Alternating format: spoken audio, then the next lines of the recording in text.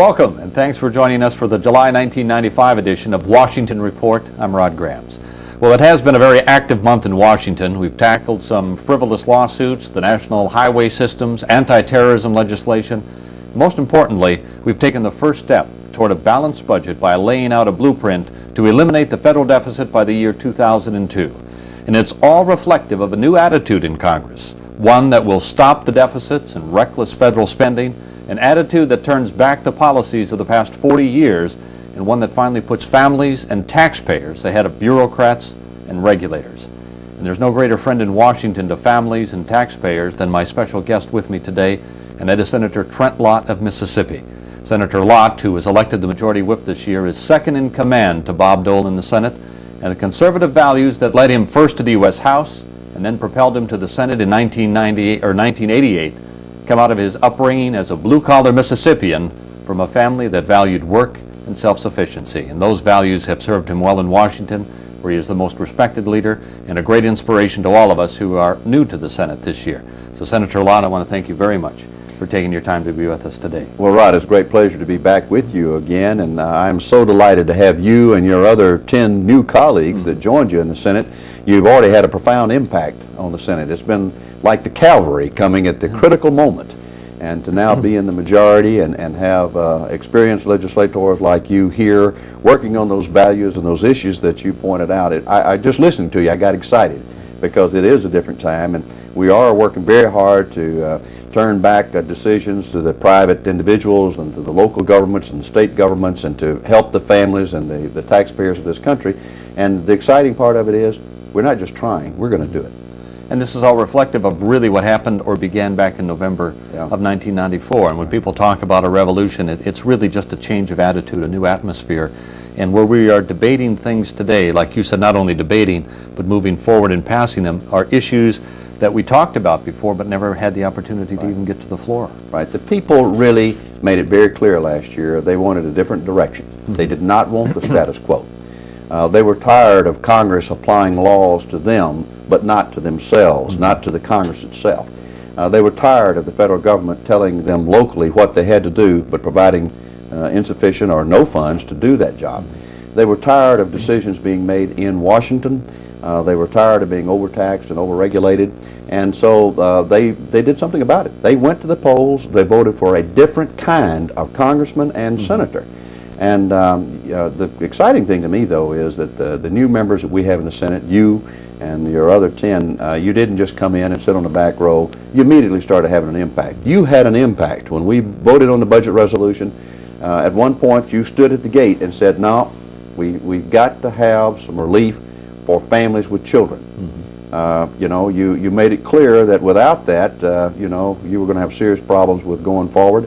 And I can tell you, as a member of the leadership, at that critical moment, if you hadn't have done it, we may not have taken the action that we wound up taking, which has led us now to a budget resolution conference report that we agreed to this past week that will lead us to a balanced budget with tax cuts and tax fairness that you said you wanted. And it starts out with the $500 per child tax credit, and leads to many other things that we need to help the economy, and that's capital gains reduction and many of the other issues in there, spousal IRAs, get rid of the marriage penalty, so many things built into this tax package. And when you hear the continued pounding and the negative response from some of the liberals in Congress, you would think that we're taking everything from families, but I think this is a budget that's going to be giving things to families. To me, it's about fairness in the tax code. It's not even really about tax cuts, it's about tax fairness. Shouldn't a working mother in the home be able to have an individual retirement account like everybody else has the opportunity, but not a worker in the home? That's something you can do to help a wife and help a family. Shouldn't we change a system that you know, penalizes you if you get married? If you live in sin, if you're not legitimately married, you pay less taxes than the same two people married legally and making the same income. We should change that. Shouldn't we help families be able to make more decisions with their money about their children? Clearly we should. And now you've got everybody thinking that way. You were the original sponsor. It was when you were in the House. It first came to my attention, this $500 tax credit for children. Families First legislation. That's right, Families First. I was one of the two original co-sponsors in the Senate with our great friend Dan Coates of Indiana. And now it's becoming a reality. Now when Bob Dole talks about tax cuts, I attended a press conference with him this very morning, and when he talked about tax fairness, What does he mention first? First, he talks about a tax credit for families with children. And then he talks about the others, including the capital gains tax rate cut. It will have a great impact, I believe, on the economy. In my state of Mississippi, we're heavy timber intensive. People will sell 40 acres of timberland, which now they won't because they get taxed at such a high rate. It will help the economy. And the net result of all of this is going to be we are going to have a stronger economy than we would have otherwise, and lower interest rates, and people get to keep a little of their tax money. One final point. In Washington, when we allow people that work and pay taxes to keep a little bit more of their own hard-earned tax money, they call it a tax expenditure. Right. And that just shows you the way Washington thinks.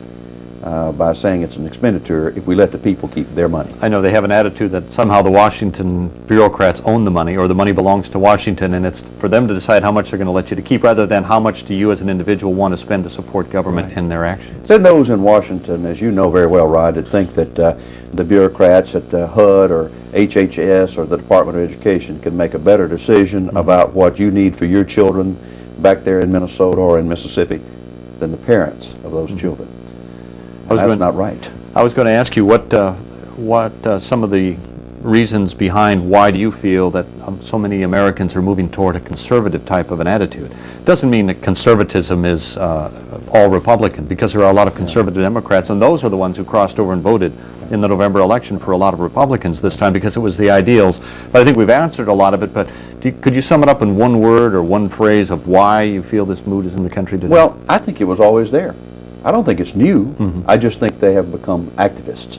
A lot of good people that do hard work every day and look after their families and go to their churches or synagogues finally said, hey, I've got to be involved, because what they're doing in Washington is undermining my family and the future of this country, our children's future. And so they came out. That's what happened last year. A lot of people that hadn't been active, that hadn't even voted, they went to the polls and voted last year. That's part of it. And then secondly, I think they just finally got to the point where they saw the moral decay and what was happening to the family, and they realized a lot of it was being caused by the federal government. And so they finally were activated. And then I do think that there were other factors, that they had the other side. There are a lot of people in Washington that were experts, or they were in Washington, they're gone now, that would say one thing back in Minnesota or in Mississippi, and then come to Washington and vote differently. Something else. And finally the people figured it out.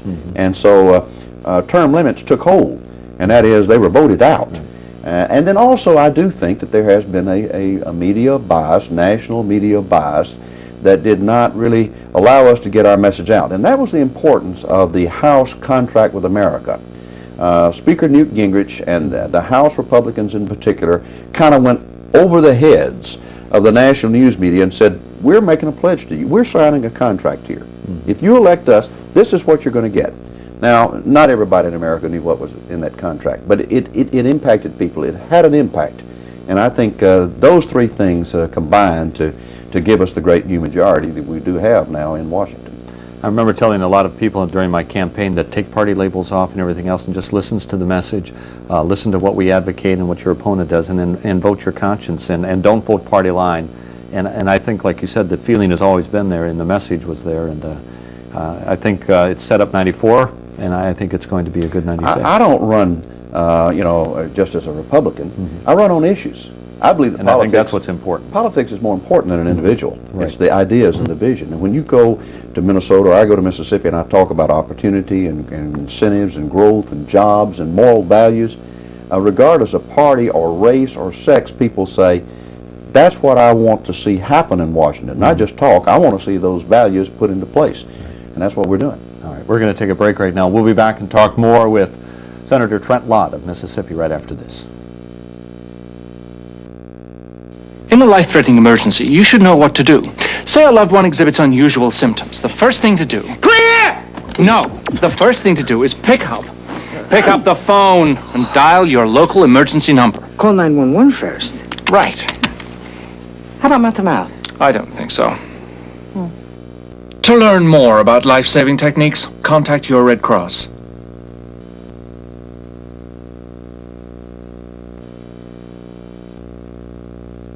Remember how good it felt the first time you gave 5? Well, now there's another way to give 5.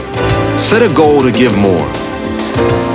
5 hours a week and 5% of your income to the causes you care about.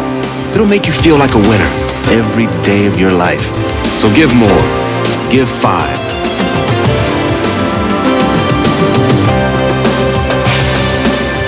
Call 1-800-55-GIVE-5.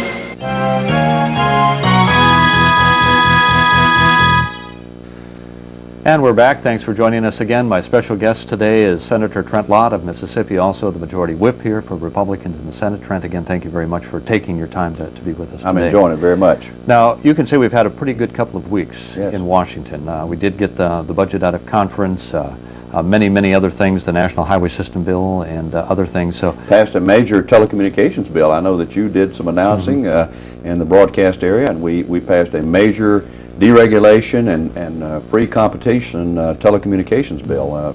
Most people don't pay that much attention to that particular issue, but it was a big bill. And then this week we did pass the highway bill. We got the agreement on the budget conference resolution.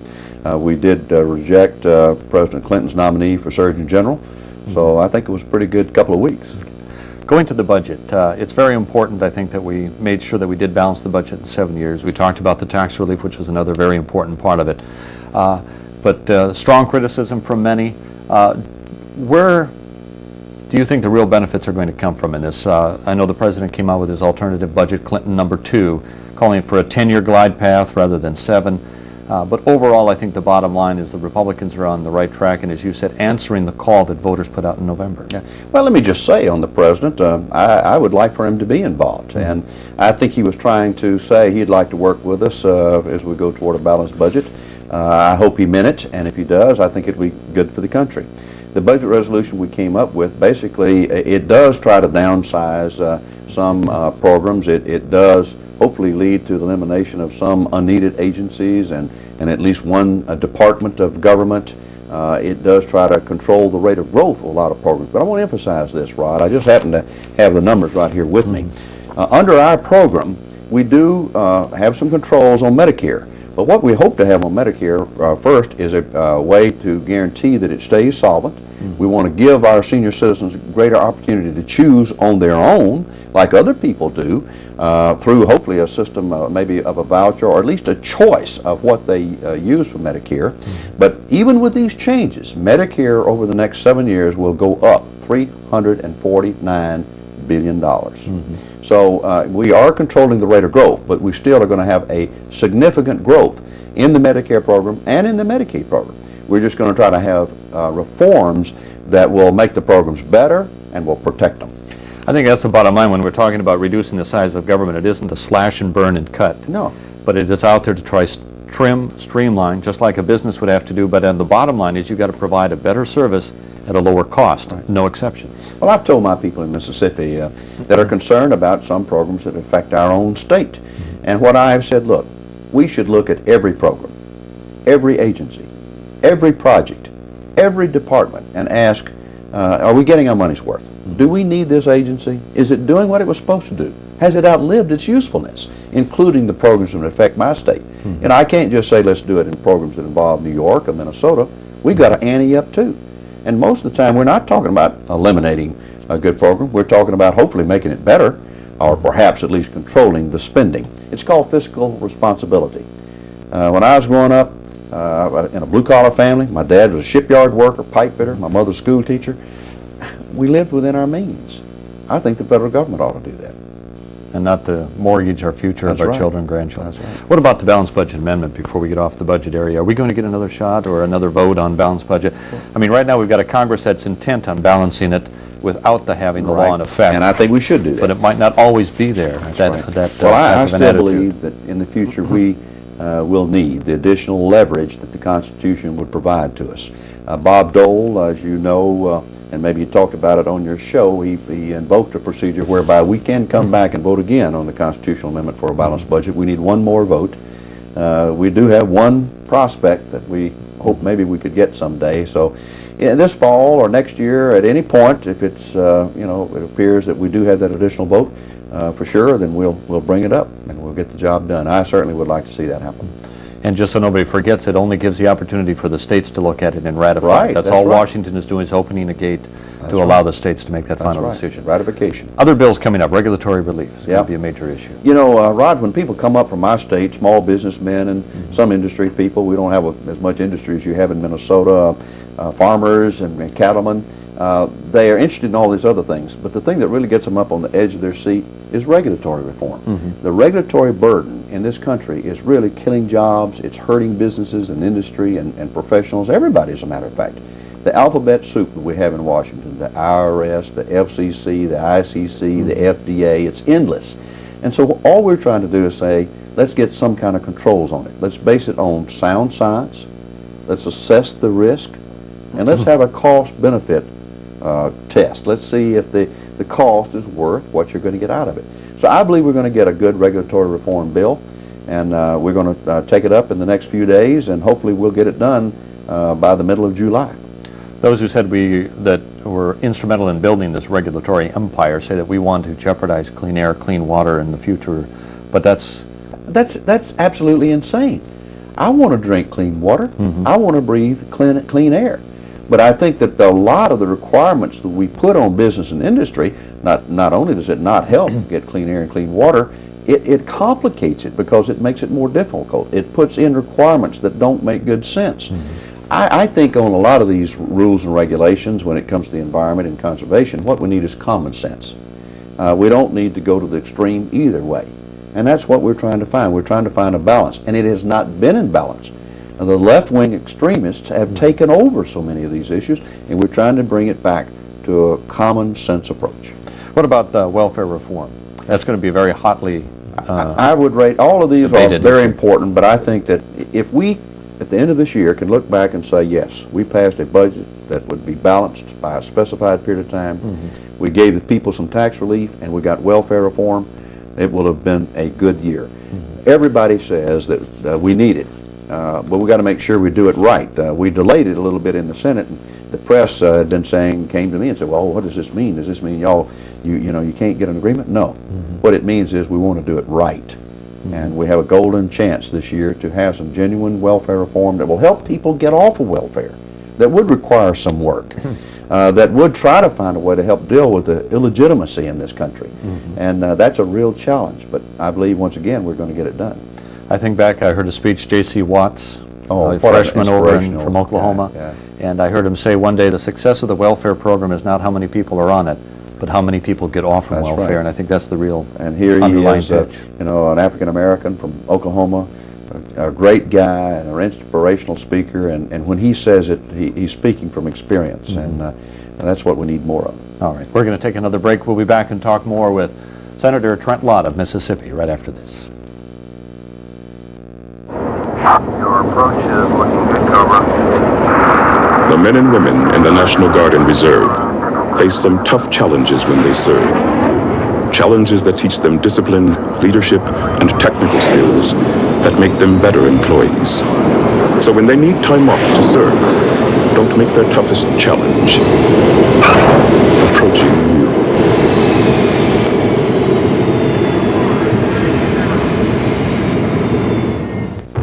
My hero? Isaiah Thomas. Kevin Costner. Mr. Wong. These are teachers, but to the kids they've reached, they're heroes. My hero? Mrs. Wooten. If I don't get through to that child, who knows, maybe no one else will. Teachers have the power to wake up young minds, to be heroes, to make a difference. Reach for that power. Teach. Find out how by calling 1-800-45-TEACH. Be a teacher. Be a hero.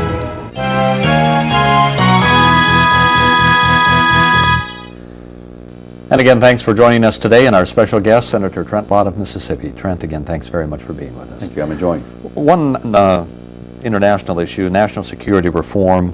We're talking, of course, the hot spot, and a lot of the debate is on Bosnia, whether we should be there, how much commitment the U.S. should make, whether troops should be sent there, lifting the arms embargo.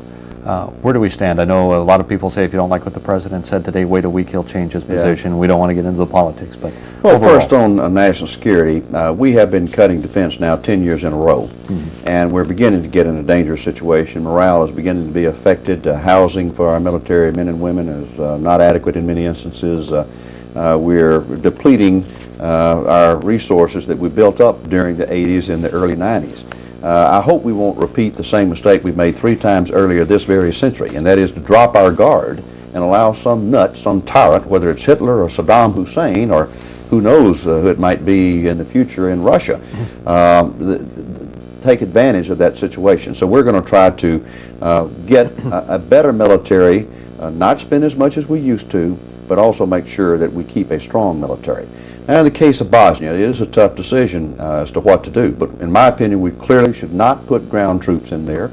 I do support the Dole resolution, which would say to the United Nations that if we can't get a diplomatic settlement of peace, which we're not, I mean, there's no peace to keep over there. They're fighting. So peacekeepers are in danger of being captured or killed every day. We've got to get some reasonable agreements. If we don't, the United Nations troops should get out. We should provide help to them, air and sea if necessary. And then we should allow the Muslims to defend themselves. If they really want freedom and democracy, at least shouldn't they be able to fight for themselves and defend themselves? An embargo against them, to me, is so fundamentally unfair. So that's what I think we ought to do. It's an oversimplification of an admittedly tough problem. You don't want to see the escalating of fighting, but in the predicament that it's in right now, that's the best opportunities. I think so. I mean, we've tried and we've tried to get a diplomatic agreement. It's not happening, and we see our. I don't think you have a situation though where you've got the United Nations trying to run a military operation for a U.S. pilot in a plane over a target to have to check in with the NATO commander on the ground, who has to check with the Japanese UN representative, who has to check with Boutros Ghali at the United Nations. That won't work. It is a prescription for disaster. Before we've got about 5 minutes left, a number of other issues. The rescission package that got vetoed by the president. Is there any hope to get any other kind of a package put together? Negotiations were still underway, I know, on Thursday. I checked with the chairman of the Appropriations Committee, Mark Hatfield. They were still working, hoping that they could get that agreement worked out. I hope they can, because I think there's a lot of spending in this year's budget that we could save. We don't need to spend probably a minimum of $10 billion. Also, that bill included some help for people that have had disasters in California and Oklahoma and along the Gulf Coast where we had flooding. We need that bill. President Clinton, this is a case of, you know, where you have to say, is he serious? I mean, he says he wants to control spending and balance the budget, and yet the first opportunity he gets, he vetoes a bill that would control spending this year and would provide disaster relief. Part of what he's doing is still fighting and trying to get language he wants involving the spotted owl and the timber problem in the Northeast. Really doesn't relate to rescissions. But like you say, to put everything hostage to a small area that he disagrees with. Yeah. On a bill that started out involving about $15 billion, he's arguing over about 700 or 800 million. Yeah. He wants his little piece, and he's willing to kill it all, that little amount. But the other side of it is he is the president, and our representatives are working with him, trying to work out an agreement. What about the Farm Bill? That's a 95 Farm Bill is going to be very important in Mississippi, in Minnesota, many parts of the country. It is very important, and it's always difficult and complicated. The budget resolution does provide some additional cuts in the Department of Agriculture. Most of it will be in the non-farm programs, although the farm programs will be affected some, but much less than what it started out to be. We were able to get that number down considerably. But we also need to continue to work to try to make the crop insurance program work and work better. Farmers really don't feel like it's worth it right now in many instances, and so we'll continue to work that. But I believe we will pass a farm bill this year, and hopefully it'll be, for the most part, an extension of a lot of the existing programs with some savings where we can find them. Reg relief is one thing farmers are looking at, as well as other small businesses. Absolutely. For farmers, it's becoming paramount in their cost in production. Now, back on reg relief, let me give you a couple of statistics. Last year alone, we had 63,000 pages of regulations promulgated and put in the Federal Register just in 1 year. Added, yes. Yes. And the estimated cost by everybody would agree, cost us between $300 and $600 billion a year in lost revenue. And that's big, and it's lots of jobs. In the case of the farmers, they're being slowly squeezed out of business by a variety of things, wetlands requirements, EPA requirements, discouraged from being able to plant, sometime even if we want to. So we need to get some, again, balance in the programs where we can continue to have good, strong farm programs and protect the environment and the conservation programs at the same time. I think we can do both. And in Minnesota, personal property rights, and I think this is all over the country, feel that they've been squeezed in many areas, and that's a real contentious issue for farmers and other people across the state of Minnesota. Well, the Constitution is very clear, and that's one of the things we're doing this year. We're going back and looking at the Constitution and saying, it's a pretty good document. Let's read it. The Constitution is very clear on private property rights. You can't have your property taken without just compensation. It's in the Constitution. And the 10th Amendment, which says, really the federal government should basically do what the states can't do for themselves. We've gotten away from that. Let's go back to the Constitution. It's a pretty sacred document, in my opinion. Briefly, Surgeon General, again, Foster nomination is not going to get approved. Recommendations to the President. Is he going to send up another nominee, or is he going to leave it open and use it as a political campaign Well, it's tool? not clear yet, but I think you just have to remember what started all this, and that was that he selected Dr. Joycelyn Elders to be the Surgeon General, and she was a disaster. Even he wound up having to admit it and let her go because of things that she advocated and said. That's what caused this problem. It clearly was a political decision on his part when he selected Dr. Foster. He did have problems in his background. They didn't level with us. That's why he got in trouble.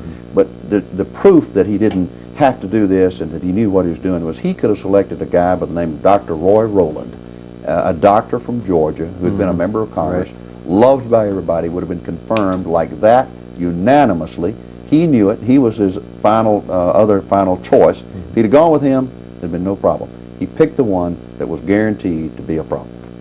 Trent, before we leave, a lot of people probably don't know this, but Newt Gingrich really learned under Trent Lott a lot of the things when you were in the House and now moved to the Senate, and I wanted to read this. I've heard it said that the Speaker referred to as the broad strategist for the Republican Party and Trent Lott as the person who builds the majorities that can enact the strategies into law.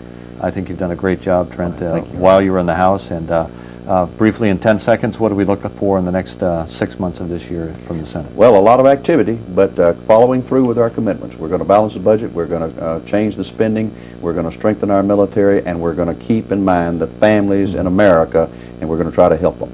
Trent, again, thank you very much for being with us today. Thank you for joining us on Washington Report. We'll see you next month. Thank you very much.